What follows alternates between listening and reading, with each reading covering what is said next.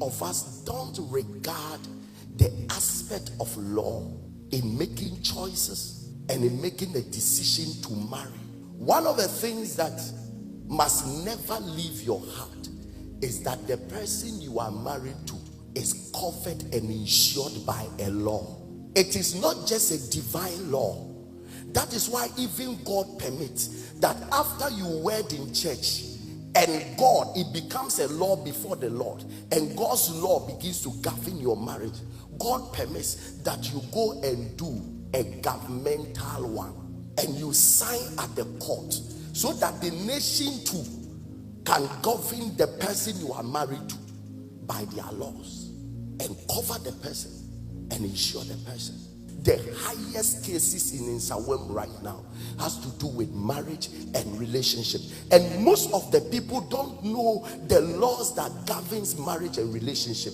That as you are there right now, you can just stand up and tell your partner that you see what I'll do to you, I will eliminate you. You spoke out of bitterness. But if he does that on record, let me tell you, no matter how angry you are, never test your partner in days of anger. If anything you test out of anger, if he or she screenshot it and keep it, you tell the person that you will see what I will do to you. If the person used blade to cut his own cheek or his own body and carry the text message together with that thing to the police, that same moment you will be arrested. And that text message becomes the evidence that you threatened that you will harm him. Your first rule is that when you want to say I love you, send message. If you want to say you are beautiful, send message. But if there is serious banter, don't send messages. Don't. Listen, before I tell you not to fight, this is the safety measure right now. No matter how you are boiling to show somebody that you cannot be cheated, no matter how you are boiling to show somebody that you will revenge, never send it as a text message. Never send it as an audio message. If possible, use WhatsApp call, because that one cannot be recorded. Are you recording? But a num pokrano obetimi another phone. Evidences are powerful in the place of court. I study my Bible small and I realize how powerful human laws are and how God has raised and placed so much value on human laws, to a point that he commands his people to subject themselves to human laws, and then claims that all those powers are of him. So you read Romans chapter 13, he will tell you that subject to the powers they be, because they are all of God, and no authority came on itself. They are all ordained of the Lord. Jesus speaks in Matthew chapter 5 verse 25 and says that be at peace with your adversary quickly whilst he's on the way to the court. Don't let him go to the court. He said be at peace with him whilst he's on the way. When he gets to court, he said the judge will deliver you to the officer. The officer will deliver you to prison. And you will shout, where is my God? And your God will tell you that when the law comes against you, beg. When you make a mistake with your partner and court case and police case comes in, it's better you kneel down. This part of Africa you find yourself in, by the grace of God, some things come before me and I know what I can tell you, that everybody in Ghana is economical with their risk management. From the president to the last person you can talk about, don't take risk anyhow. There are nations that presidents and political officials take risk anyhow because the law is not that powerful to arrest them, and they can buy their way through, push their way through, and they'll be fine. But there is this country called Ghana that even if somebody in high authority promises you, I will defend you, it's only to a limit. When the case gets to a point, you may even call the president, he won't pick, because everybody is protective of his image. From the president to the last person, laws to protect reputation. an image. It doesn't matter how we insult them out there. If you get close to them, that is where you realize that they are not ready to soil their garment. So if you are making certain wrong moves, and let me tell you, court right now is too busy now, and most of them has to do with marriage, relationship, human relationship issues.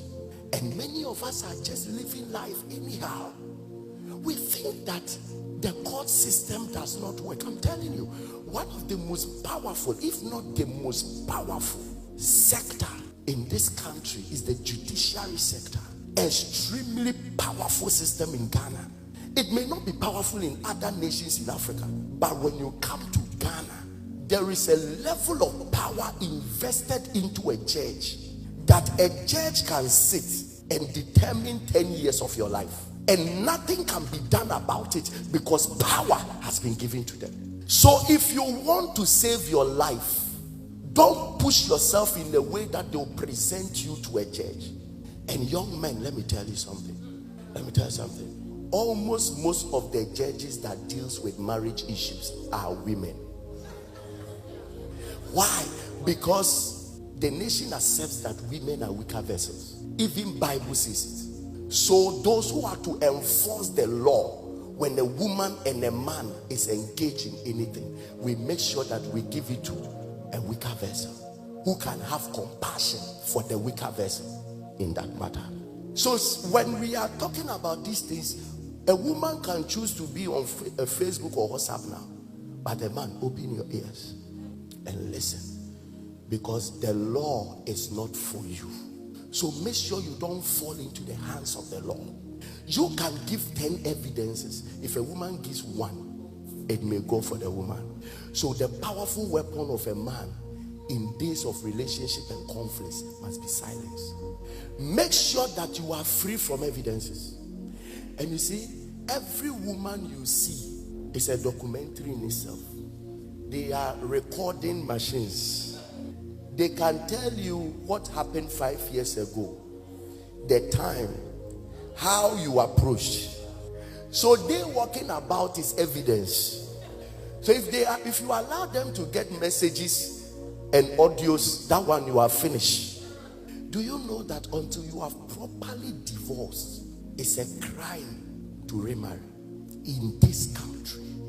So if you have planned to divorce, don't do court signing. If you have planned to marry two, that's if you have a plan, don't do court. You can do the customary family one. That one you are allowed, but heaven too doesn't allow it. So as you protect yourself from the hands of the law of the nation, protect yourself from the hands of the law of heaven.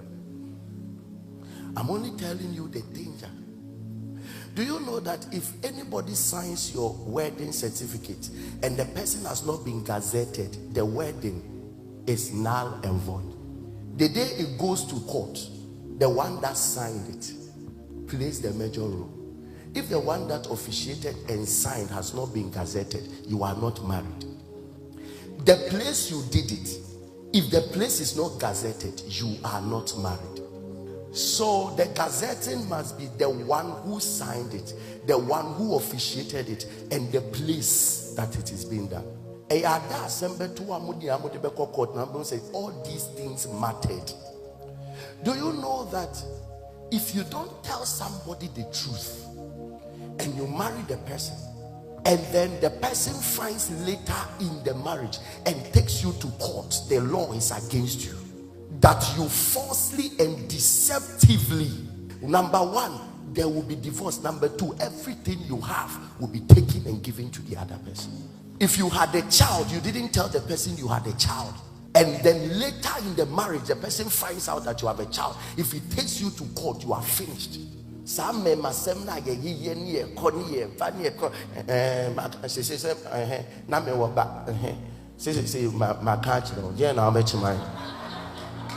Ada would do it in a courtroom. Nas was saying as I recording. And there are some of you, if you are talking by mistake, you will talk and say, which court? What can court do? If you like, take me to court. And then the person records it and play it before the judge. Listen, if it's prison